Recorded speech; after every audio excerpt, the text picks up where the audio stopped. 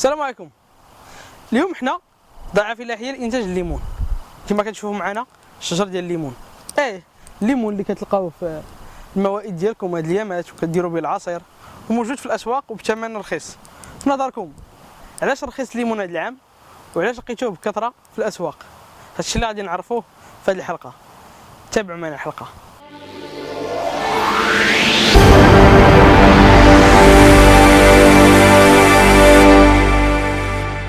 كما كتعرفوا انتاج الحوامض كيتركز في 5 مناطق بالمغرب: سوسمة، صدرعة، اقليم تارودانت، مراكش، الشرق، بركان، والغرب، وكذلك بني ملة. في 2008 جلالة الملك اعطى انطلاقه ديال مخطط المغرب الاخضر. هذا المخطط هو الاستراتيجيه القطاعيه ديال الدوله في قطاع الفلاحه، ساهم بشكل كبير في مساعده الفلاح. وفي قطاع الحوامض اعطت الدوله اعانات الفلاح كتوصل ل 80% بالنسبه للاغراس.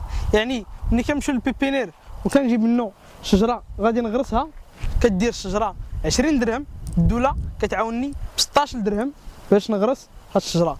وكما كتشوفوا معنا هاد الشجره عندها 3 سنين، يعني التشجير بكثافه بدا في 2010 وملي شفتوا معنا دابا في 2013 2014 وصلت عمليه الانتاج ديال هاد الشجر اللي زرعنا في 2010. وهذا الشيء اللي كيفسر اغراق السوق الداخليه بالليمون. حاليا كتوجدوه بكميه كبيره في الاسواق الداخليه، كتلقاوه ب 2 دراهم 3 دراهم.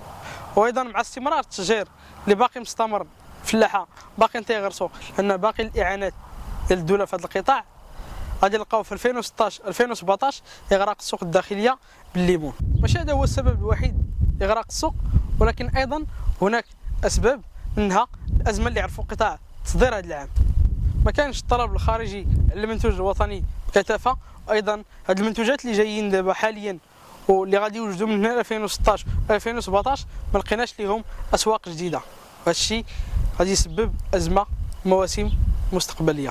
وفي الحقيقه هناك مشكل كبير كيخص الفلاح الصغير والمتوسط، اي ان هذا الفلاح مسكين كينتج العام كامل وهو كينتج وكيوجد من بذور، اسمده، كيداوي، وفي الاخر كيجي موسم الجني او موسم اللي غادي يبيع الغله ديالو كيبيعها بدرهم او 2 دراهم الكيلو. هذا الشيء ما كيساعدش الفلاح باش يزيد وينمي الفلاحه ديالو. وايضا هناك مشكل ديال الوساطه والوسطاء اللي الفلاح كيبيع بدرهم و2 دراهم، وداك السيد اللي كيشريها في الدار البيضاء او في الرباط او في وجده او في طنجه كيشريها ب5 دراهم او 6 دراهم. هذا الشيء مشاكل عديده كيتعرض لها الفلاح المغربي. ولكن واش كاينين حلول لهذه الوضعيه اللي ترضي المستهلك باش حتى هو ياخذ ويستافد من الثروات ديال بلادهم باثمنه مناسبه، والفلاح ايضا يكون رابح ويستافد ويبقى في السوق ويبقى في الانتاج؟ بالفعل كاينين هناك مطالب اللي وضعوها منتجي الحوامض بالمغرب وكينتظروا التفعيل ديالها، كينتظروا مساعده ديال الدوله لهم في هذا القطاع. ومن هذه المطالب تنظيم الاسواق الداخليه واسواق الجمله بالمغرب، مساعده الفلاحين، تجهيز المناطق الفلاحيه اللي كيتواجد فيها الحوامض بغرف للتبريد. هذا الشيء كيتساهم باش هاد الليمونه ملي كتوجد كنديروها في غرف التبريد، ممكن نحافظوا عليها حتى شهرين 3 شهور عاد نخرجوها. وهذا الشيء كيسمح باش ما يضيعش الفلاح، وايضا يبقى ثمن السوق مستقر على طول السنه. بناء معامل لانتاج العصير باش المغاربه يشربوا العصير، ايضا باش فائض ديال كميه الانتاج تستغل في العصير. تسهيل عمليه الولوج للسلع المغربيه للسوق والاسواق الجديده مثل السوق الافريقيه اللي مازال الحوامض المغربيه ما داخلاش لهذا السوق. ايضا مساعده الفلاح المتوسط والصغير اللي غادي يولجوا التصدير باش يوفروا لهم مساعده تقنيه باش يولجوا لهذه الاسواق، لحقاش دفتر التحملات الجديده خصوصا السوق الروسيه وايضا السوق الاوروبيه اصبحت صعبه، والفلاح الصغير او البسيط صعيب ليه يطبق هذه الشروط اللي كاين في دفتر التحملات. لذلك على الدوله تساعد هذا الفلاح مساعده تقنيه، تقنيين فلاحيين، مهندسين زراعيين، باش يمكن هذا الفلاح المغربي يدخل يولج هذه الاسواق الجديده.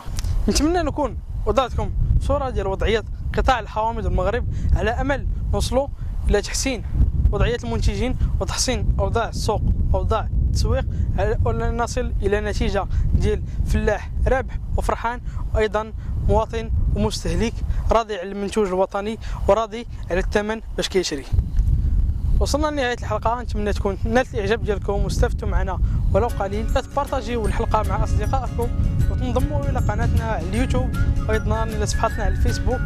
وايضا كنشكر بهذه المناسبه جميع المواقع الالكترونيه اللي كتدعمنا وكتدعم برنامج طراب بلادي. الى حلقه جديده وموضوع جديد، برنامج طراب بلادي كيتمنى لكم عواشركم مبروكه والسلام عليكم ورحمه الله وبركاته.